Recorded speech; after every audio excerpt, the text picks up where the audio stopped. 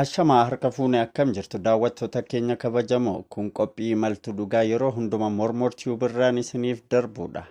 Asoosama gabaabaa mata dureen sabbata harguffee jedhu qopheeffannee jirra nu faana turaan affeerraa keenya. Ankan isin waliin turu abdataa jalii. Kutaa tokkoffaa sabbata harguffee. Yeroon isaa yeroo ijji namaa arguuf anniisaa dabalataa barbaadu kana. Guyyaa sana dalagaan waan hin jirreef maallaqa harkaa hin qabu. Haraaraan nama miti. Lafa jiruu hunda wallaalchiftee jirti.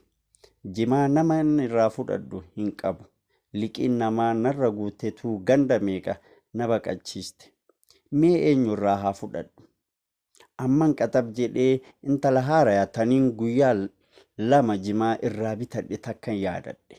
Intalti tuni jimaa kana arra na diddee hidhii isii ta akka baala muka abubis maaritti bareeddu saniin alanfadha jechaatiin itti dhaqee bira gattaa'e.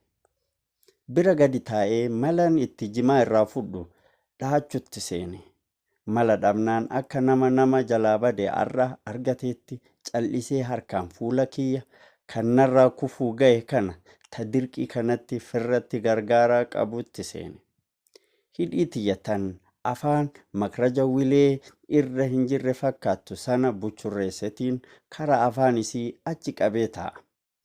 Callisee ija keessa laaluu filadhe. Isiinis kuni maraatadha moo fayyaadha jechaa takkaa as takkaa achi laalti. Boodarra hifannaa boo maal taate naan jette. Xiqqoo dhibaawetiin obboleetti bilbila kana narraa bitadhu je'ee gaafadhe. Akka nama seequu fakkaattee ani hin barbaadu naan jette. Akka nama injireen mataa keessa jiruutitti mataa kiyya hooqaa. Hayyee if bira kaa'ee jimaa qarshii 100 naaf kenni je'een. Ammas deebistee obboleessa kiyya ittiin dalagadha. Na biraa achi deemi naan jettee fuula isii nama dirree waraanaa jiru fakkeessite. Garaa kiyya keessatti tuni habaraqni jimaa bule fakkaattu narratti if dhaaddi isaa jechaa mataa mammara. Waan namni naan jedhuun je'aan malee intalti bifa gurgurattu ni nyaatti. Anis irraa ka'uu didee fuula isii kan fooxaan martee ija jimaa garaabaan dhoysite fakkaattu sana keessa kafaltii takka malee eega. Sana booda jimaa ta'ifirraa dabarsaa takka natti kennitee mirqaana dhabdu maqaa hin dhabdu je'eetiin fuudhee kuteen. Guyyoota muraasa booda isii jimaa gurguratee gala kaate anaa jimaa bitatee gala deemu wal agarre. Sana booda wal dubbisnee yeroo karaa deemnu wal gaggaafannu akka buufata barcaa tokkotti waliin buunu hubadhe. Ani duraan achitti deemuuf hin kaane garuu isiin achitti deemuu isii hubannaan achitti isii dura dhaqee shikif je'e. Mana hiriyyaa kiyyaa mana boonaati har'a barcaan. Barcaan achii barcaa akka ganda keessaati miti. Tan yaadaan seera harkisa lafaa Gaaliliyoo Gaalilii diidee seera boraatii ifitti harkisaa rafaa ja'u kan ittiin tumtu miti. Kuni mana barcaa dubara luka jidduu ol naqattee piyaanoo fi gitaara tumaa buufata xayyaara mirqaanaa dhayxee xiyyaara mirqaanaa yaabbattee bakka itti addunyaa haaraa daawwattudha.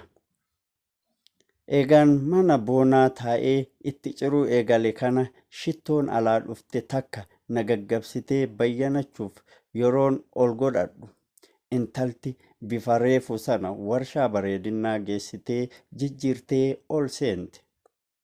Nama hunda keessaa ija itti dhaabetiin laale bakka isiin teessu addaan baafachuuf. Yeroo isiin mucaa fujjisa jallataa tokko bira gadi teessu wahumatu onnee tana keessa buruq je'ee na bu'e. Ammas gurratti hasaasetumaan kaatee na biratti qaama guddaa saniin baxalaq jettuun agarre. Akkaataa ofanna kiyyaa fi isii san namni laale kuni kuulii guyyaa isiif oole ta'uu hin oolu jechuun isaanii hafaa hin qabu.